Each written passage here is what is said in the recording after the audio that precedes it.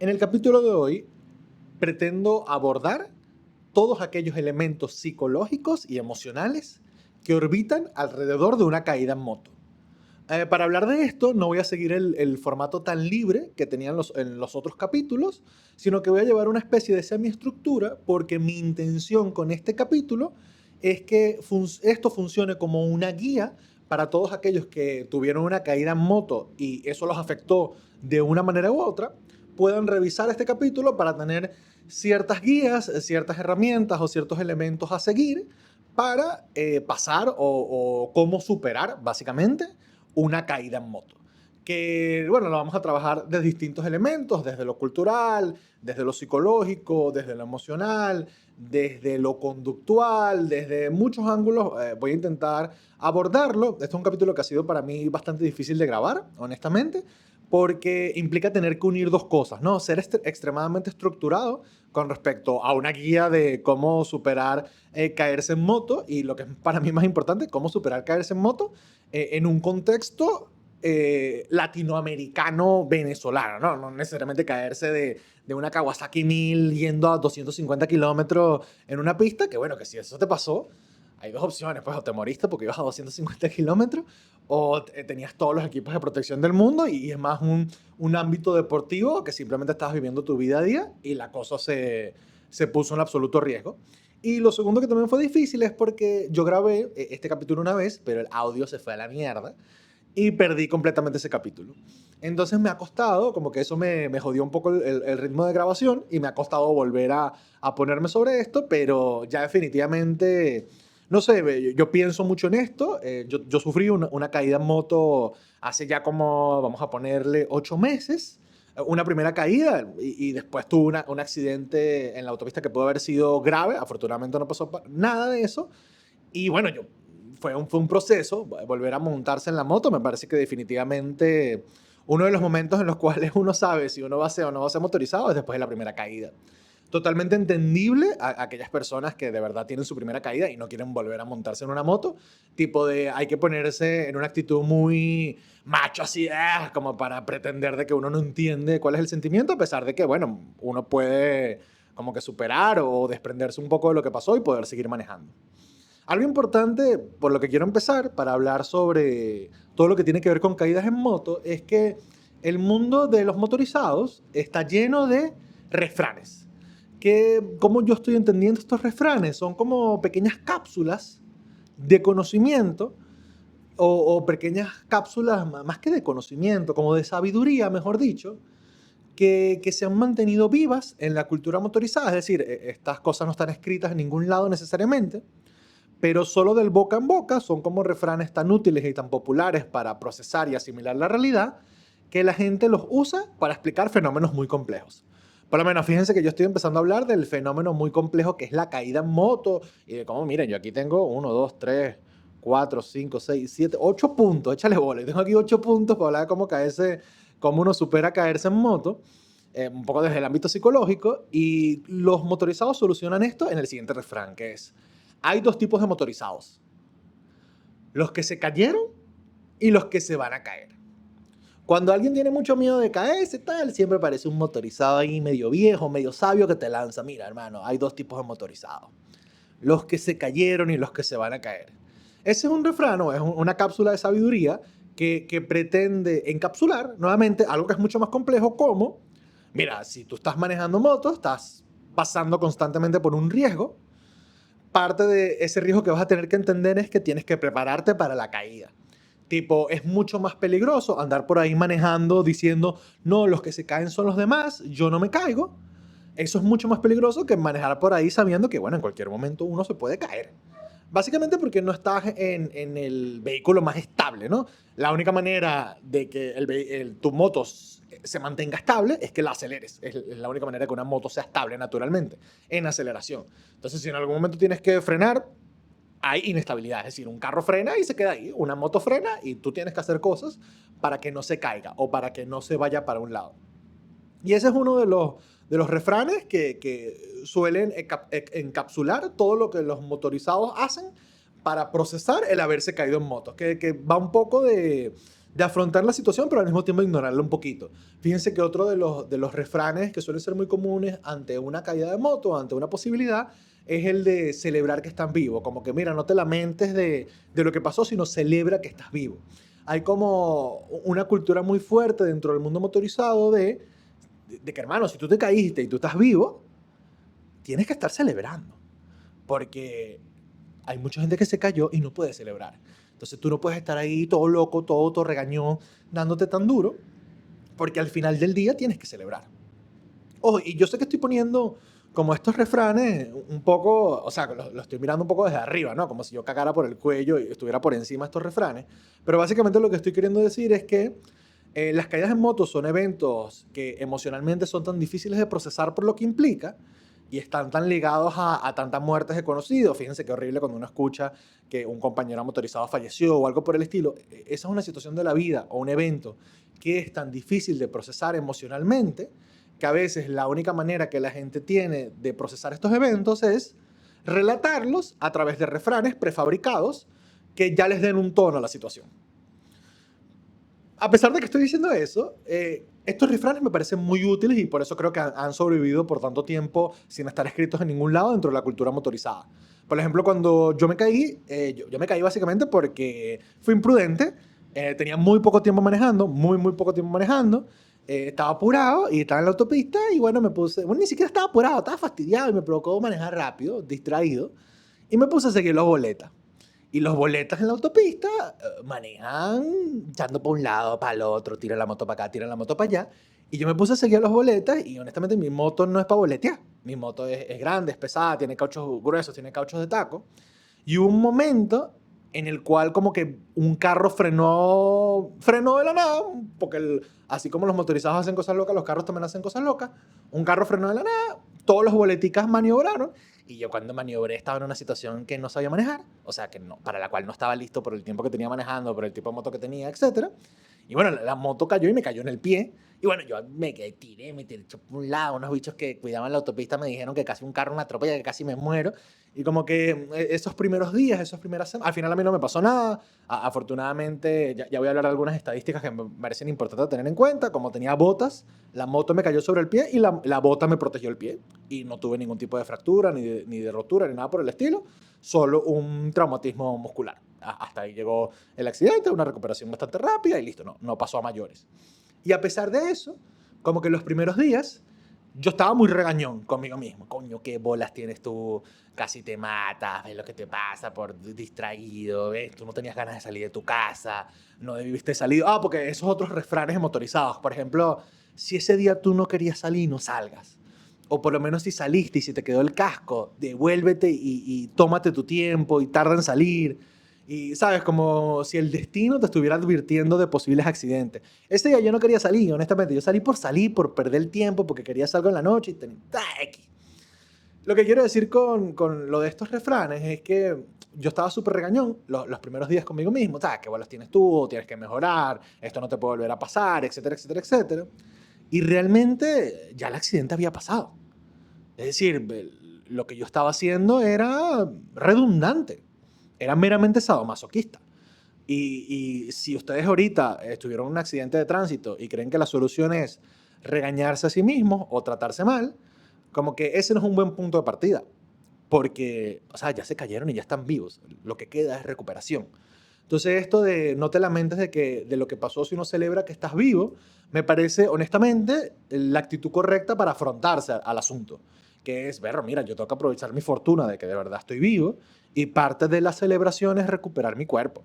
Recuperar, reinvertir en cosas que me ayuden a protegerme. Por lo menos yo desde ese día casi nunca salgo a manejar motos sin botas. Porque bueno, parte de para mí celebrar la vida es con unas botas, porque las botas me salvaron el pie. Si yo no hubiera tenido esas botas, mi pie no hubiera estado bien. Entonces, me parece importante en este momento quizás unir, yo creo que en algún capítulo ya hablé un poco de las estadísticas, pero no está de más volverlas a repetir porque son muy cortas y son muy útiles. La gran mayoría de los accidentes fatales en moto suelen cumplir tres características. La persona iba a exceso de velocidad, iba sin casco, iba borracha. Esas son las tres características en común que suelen tener la mayoría de los accidentes de moto fatales. Y en áreas del cuerpo que suelen estar más afectadas por un accidente de moto, las principales son las extremidades, brazos y piernas, pies, manos. Después viene cabeza, pecho, etcétera, etcétera, etcétera. Entonces, si uno tiene más o menos esas estadísticas en la cabeza, una manera de uno unir el refrán con la ciencia es, bueno, saliste y se te quedó el casco, devuélvete, tómate tu tiempo, busca tu casco, sal con calma. Y cuando salgas, hijo de puta, sal con tus guantes, sal con tu casco, sal con tus botas, sal con todas tus cositas que te aseguren estar bien cuidado. Entonces, esta intención inicial que uno tiene de regañarse o de reclamarse uno mismo, uno tiene que entender que eso solo es útil para satisfacer la propia necesidad de castigo, porque ya el castigo pasó, el castigo fue el accidente.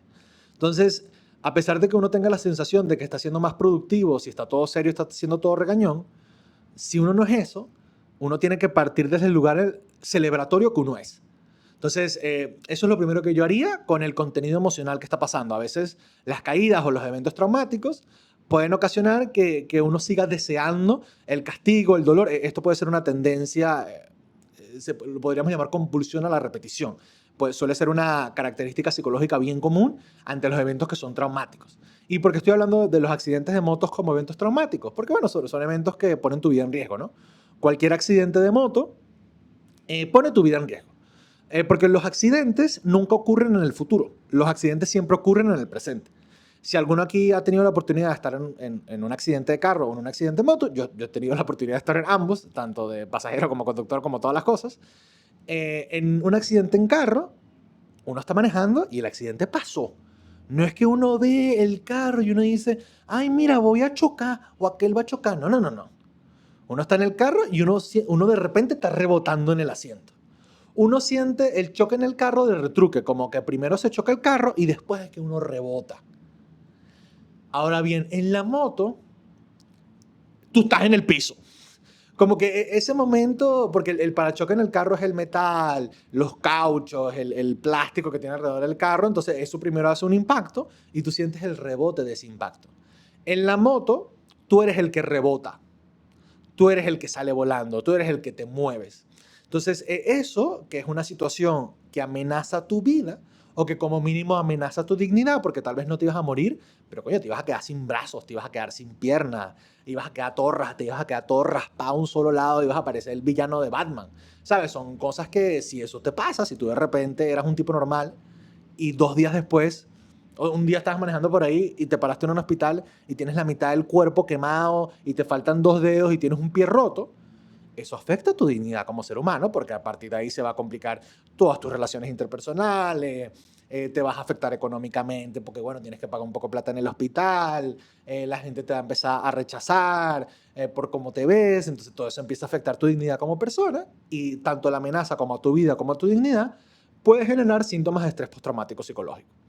Que esos síntomas tienen, no me voy a poner aquí a detallarlos porque no creo que valga la pena ponerse tan teórico, sobre todo porque lo que me interesa es llevarlo a la caída de moto. Pero bueno, básicamente te deja hipervigilante, paranoico, desregulado emocionalmente, con toda una serie de características que, bueno, estuviste a punto de morir. ¿Sabes? La gente queda con estrés postraumático después que lo secuestran, después que hay un terremoto muy, muy fuerte, el deslave de La Guaira, cosas de ese estilo, básicamente porque fueron eventos que amenazaban tu vida y tu dignidad. Entonces, una vez que eso pasa, y eso es algo que pasa después, ¿ok? Dentro del accidente, o por lo menos que hace uno cuando está recién caído, ahí sí tiene que ver más con cualidades médicas con las que yo no me voy a meter aquí, que depende de, bueno, si te rompiste algo, ¿no? Es mejor quédate en el piso, no quédate en el piso. Eso yo lo dejo más al tema médico, pero en esos primeros momentos, realmente psicológicamente no hay mucho más que hacer más allá de prestar mucha atención a cómo uno está procesando el evento. Uno tiene que en esos momentos poder entender qué es lo que está pasando para después poder hacer una reevaluación de lo que pasó. Porque algo que hacen las caídas en moto es que desatan dos emociones principales en las que me voy a detener un momento. Esa primera emoción es el miedo y esa segunda emoción es la vergüenza. Que aquí vamos a entender la vergüenza como un miedo, pero social. ¿Ok? Fíjense que una caída en moto puede desatar miedo porque, bueno, a partir de ahí ya sabes que te puedes caer en moto y da miedo morirse. Es decir, a los seres humanos les da miedo morirse.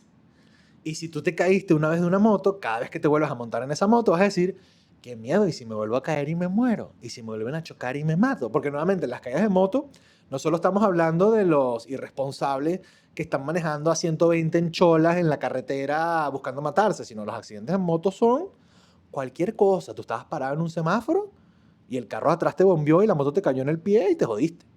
O tú estabas normalito manejando, filtrando entre carros en tráfico, todo parado, y de repente te ahuevoneaste y le diste un retrovisor y caíste al lado y si te pegaste la cabeza te jodiste.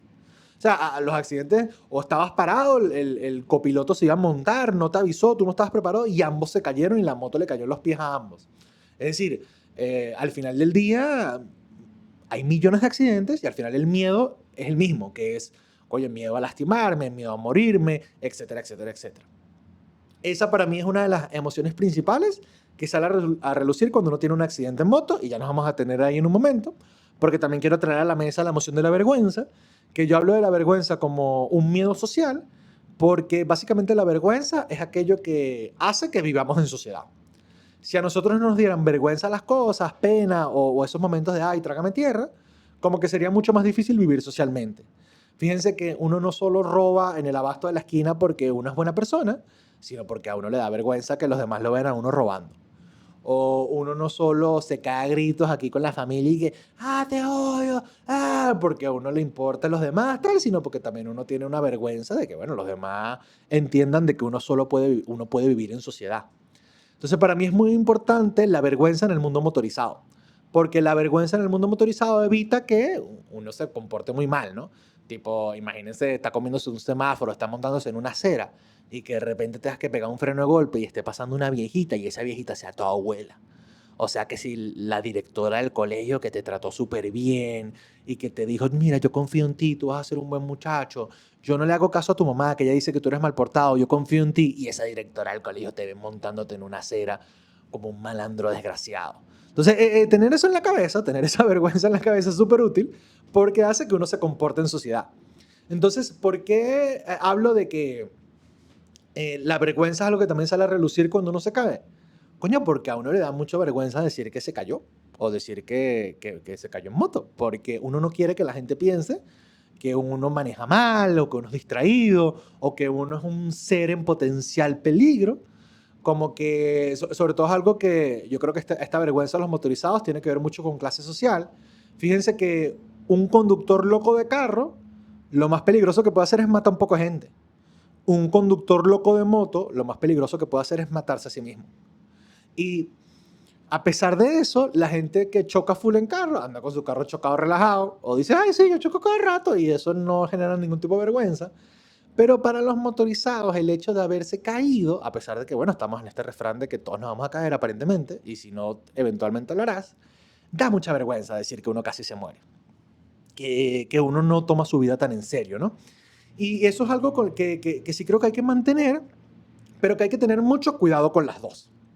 A ver, el miedo, vamos a empezar por el miedo, que me parece la más sencilla. El miedo es súper importante para tenerlo. ¿Ok? Yo no confiaría en nadie, pero yo no confiaría en absolutamente nadie para nada, no solo para manejar moto. Yo no confiaría en nadie que no tuviera la capacidad para sentir miedo. Porque una persona que no tiene la capacidad para sentir miedo, ¿cómo va a evitar ponerse en peligro siempre? Si lo que evita que caigamos en peligro es el miedo. Eso no significa para nada que uno tiene que salir a la calle con miedo a manejar. Eso es peligrosísimo, porque cuando uno está en miedo, está más nervioso, está más brusco, está esperando que algo malo pase. Y si algo aprendimos en los primeros capítulos es que si estás manejando moto y estás esperando que algo malo pase o estás mirando para el piso, te vas a caer para el piso. Entonces no es muy bueno salir a la calle manejando miedo. Pero al mismo tiempo, aquel que diga que cuando sale a manejar en Caracas, Venezuela, o en Venezuela en general, nunca tiene miedo, es un loco. La ausencia de miedo en un individuo es sinónimo de locura, de delirio. ¿Cómo tú no vas a tener miedo manejando en Caracas si hay un poco de camionetas blindadas todas locas que pesan toneladas saltando de carril en carril, policías que salen de la nada, huecos, aceite en el... Para ustedes contar. Porque, a ver, una cosa es una persona que pueda lidiar con el miedo, o una cosa es una persona que pueda ser valiente, en el sentido de que pueda enfrentarse a situaciones más allá de que sean incómodas para él, pero jamás una persona valiente es sinónimo de una persona que no siente miedo. Es muy difícil encontrar en la sociedad a un individuo que no sienta miedo, porque aquellos individuos que sienten menos miedo mueren jóvenes. Eso no significa que haya que vivir la vida con miedo. Pero nuevamente, una vez que uno tiene un accidente, va a ser súper normal sentir sensaciones de miedo. Parálisis, huida, no querer estar, tensión. Es muy importante entender de dónde nace ese miedo exactamente. ¿Es un miedo a volverse a caer, que tiene que ver con algo mucho más biológico, o es un miedo a las consecuencias que esto vaya a tener socialmente en mi vida? Que eso tendría que ver un poco más con la vergüenza. Pero antes de seguir con la vergüenza, me quiero quedar un momento más en el miedo. Entonces, hay que evitar ignorar ese miedo. Porque, a ver, si ustedes hacen como una especie de herramientas psicológicas así contrapartidas, como que, bueno, me da miedo y como me da miedo, me voy a hacer lo más peligroso del mundo para que se me quite ese miedo, ignorando el problema. Eso es muy peligroso. Porque el miedo no nace inicialmente en el coco. El miedo nace inicialmente en el cuerpo. Es decir, cuando ustedes ven algo peligroso, la cosa no es que ustedes piensan, esto es algo peligroso, debo sentir miedo. Sino que al mismo tiempo la piel se les eriza, se ponen paralizados, se les corta la respiración y después de un rato es que ustedes dicen, peligro. Entonces, si ustedes ya sienten miedo y deciden ignorar eso para volver a montarse en una moto, eso es mucho más peligroso que hacer el trabajo duro, que es, y aquí vamos a llegar un poco a la parte conductual, es decir, cómo se empieza a lidiar con el miedo psicológicamente. Una de las primeras recomendaciones que yo haría es aproximaciones sucesivas a la moto otra vez. ¿A qué me refiero con aproximaciones sucesivas? Que las primeras veces después de una caída, tú no te vuelvas a montar moto inmediatamente si sientes mucho miedo, sino que primero estés caminando y hayan motos alrededor tuyo, ve a la calle y presta atención a cómo manejan otros motorizados y veles la cara, porque nada más hacer eso te va a hacer sentir miedo, nada más escuchar una moto. Cuando vuelvas a manejar moto, ponte tú de copiloto y el piloto que sea una persona que maneje bien, que maneja seguro, que te haga sentir tranquilo, y móntate en esa moto de copiloto todas las veces que sean necesarias hasta que te puedas volver a sentir seguro otra vez. Tal vez aquellas primeras veces, y nuevamente, estos son aproximaciones sucesivas. Aquí no importa ser valiente, aquí no importa ser hombre, aquí lo que importa es uno enfrentarse a sus miedos de acuerdo a sus propias capacidades. Esto es como un gimnasio, pero mental. Es decir, de nada va a servir si tú eres un flaco que vayas ahí a clavarte 500 kilos de sentadilla porque eso es lo que hacen los papiados. No, bueno, si tú tienes miedo, empieza con las pesas chiquitas. ¿A qué me refiero esto con las aproximaciones sucesivas en moto? Si tú tienes mucho miedo, primero móntate en la moto y no bajes la pata. Solo quédate sentado ahí un rato hasta que tu corazón deje de latir rapidísimo, hasta que dejes de respirar entrecortado, hasta que dejes de tener fantasías de muerte en tu cabeza. Y una vez que eso se calme un poco, quita la pata. Muévela un poquito con las piernas. Siéntela, siente el peso. Maneja un poquito dentro del estacionamiento. Pídele a alguien que te acompañe, que está ahí contigo para que tengas un criterio de realidad que te permita estar calmado. Y así poco a poco puedes ir avanzando. Ahora, a ver, no te voy a mentir, hay algo que puede incrementar el miedo, que es la siguiente variable. A mayor tiempo entre el accidente y la próxima vez que te vayas a montar en moto, el miedo se multiplica. Si usted tiene la posibilidad y el accidente no fue tan grave, hágase un favor a usted mismo en el futuro y vuelvas a montar esa moto y maneje inmediatamente. Si usted se montó en la moto, se cayó de lado, no le pasó nada, pero le dio demasiado miedo, usted tiene que inmediatamente volver a montarse en esa moto y manejar tranquilito y volver a hacer lo que estaba haciendo y lograrlo. Porque si usted deja que haya mucho tiempo de espacio entre el accidente y entre volverse a montar, el miedo va a empezar a crecer en tu cabeza como un demonio amorfo y abstracto contra el que va a ser difícil enfrentarse. Porque todas esas horas, días, semanas, meses en el que tú no volviste a montarte en esa moto después que te caíste, en tu cabeza, tu cerebro, tu cuerpo, solito, empezó a inventarse toda una serie de historias y toda una serie de consecuencias y toda una serie de monstruos abstractos contra los cuales es muy difícil batallar. Fíjate que si tú te caes y te vuelves a parar y manejas, te estás enfrentando a un monstruo que es la caída. Si tú te caíste y no te volviste a volver a montar en la moto por un tiempo, por semanas, por meses, ya tú no te estás enfrentando al monstruo de la caída. Tú te estás enfrentando al monstruo de la posible muerte, de que tu vida se iba a arruinar, de que ibas a perder todo, de que ibas a poner triste a tu mamá, de que tu novia se iba a quedar sola, de que tu perrito iba a estar muriendo de hambre porque tú eres el único que lo cuida en la familia. Y contra ese miedo, hermano, no importa qué tan valiente sea usted, mientras más amorfos y más abstractos sean los miedos, más difíciles son de batallar. Y esta es una cosa que los podemos llevar hasta la mitología griega. La razón por la cual dentro de la mitología griega hubo una transición de titanes a dioses es porque los titanes eran seres tan amorfos, tan gigantes y tan abstractos que uno no se puede enfrentar a un titán.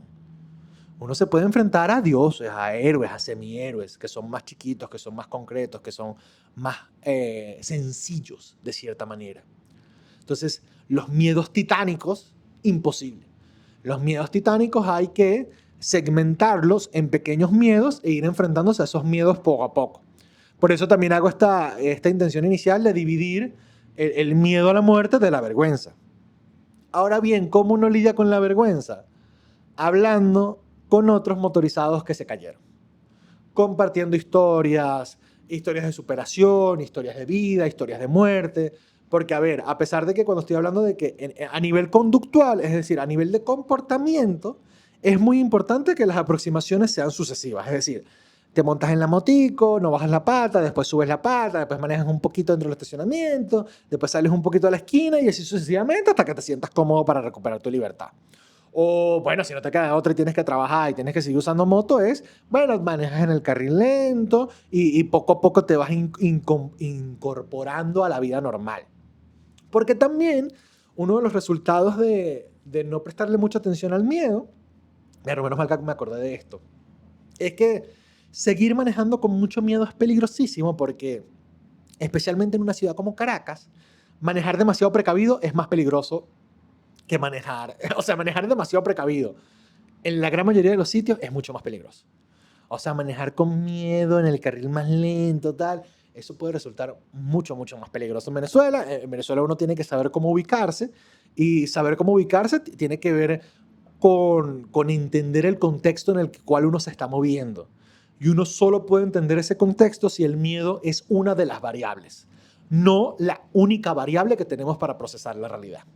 Entonces, bueno, siguiendo con la vergüenza, me parece que compartir estas historias es muy importante porque a nivel psicológico uno no va combatiendo al miedo también en aproximaciones sucesivas, sino que uno empieza a construir un criterio de la vida a partir de experiencias que son súper tranquilas y experiencias que estuvieron al borde de ser una catástrofe.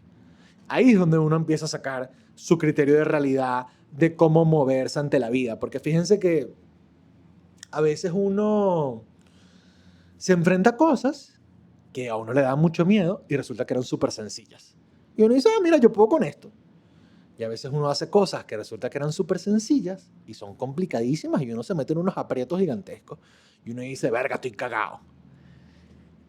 En esos extremos, es decir, en ambos extremos, es que uno puede encontrar su punto de referencia. Ahí es donde uno puede decir, mira, yo me puedo mover en estos terrenos.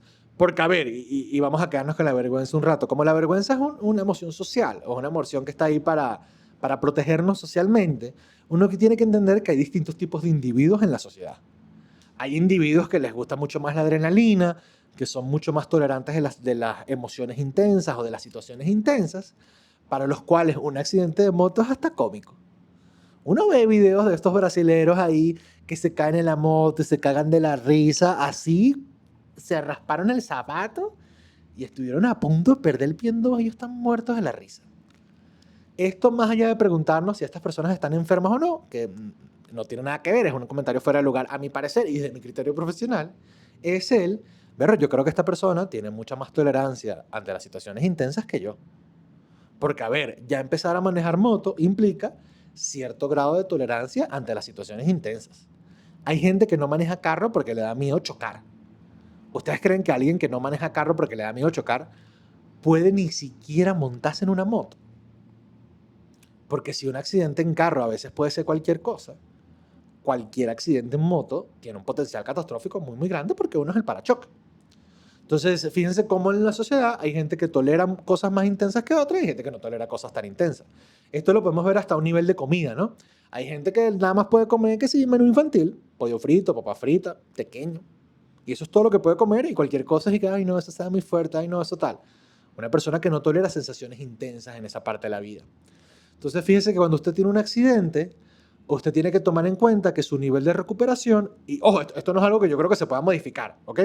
Es como si yo le dijera, mira, tu nivel de recuperación para tal enfermedad depende de que naciste con estas características. Bueno, la búsqueda de sensaciones intensas, yo creo que es algo con lo cual uno nace, principalmente de sistema base. Entonces, si tú eres una persona que no le suelen gustar las sensaciones intensas, nada muy extremo, nada muy peligroso, nada que sea emocionalmente muy intenso, te va a costar mucho más recuperarte de un accidente. Es decir, eso es algo que puede pasar. Y nuevamente, si además pasó mucho tiempo entre el accidente y que te volviste a montar en la moto, a la gente que le gusta full la adrenalina y las emociones intensas, durante todo ese tiempo estuvo pensando, es un poco locura, no, mira, si me pasó esto y no me maté, puedo hacerlo más veces y no va a pasar nada. En cambio, el resto de la población que no está tanto en ese mundo de deportes extremos y cosas de ese estilo, le pasa eso y replantea toda su vida. Dice, oye, ¿qué estoy haciendo con mi vida? ¿Qué está pasando? ¿Debería o no debería hacer esto?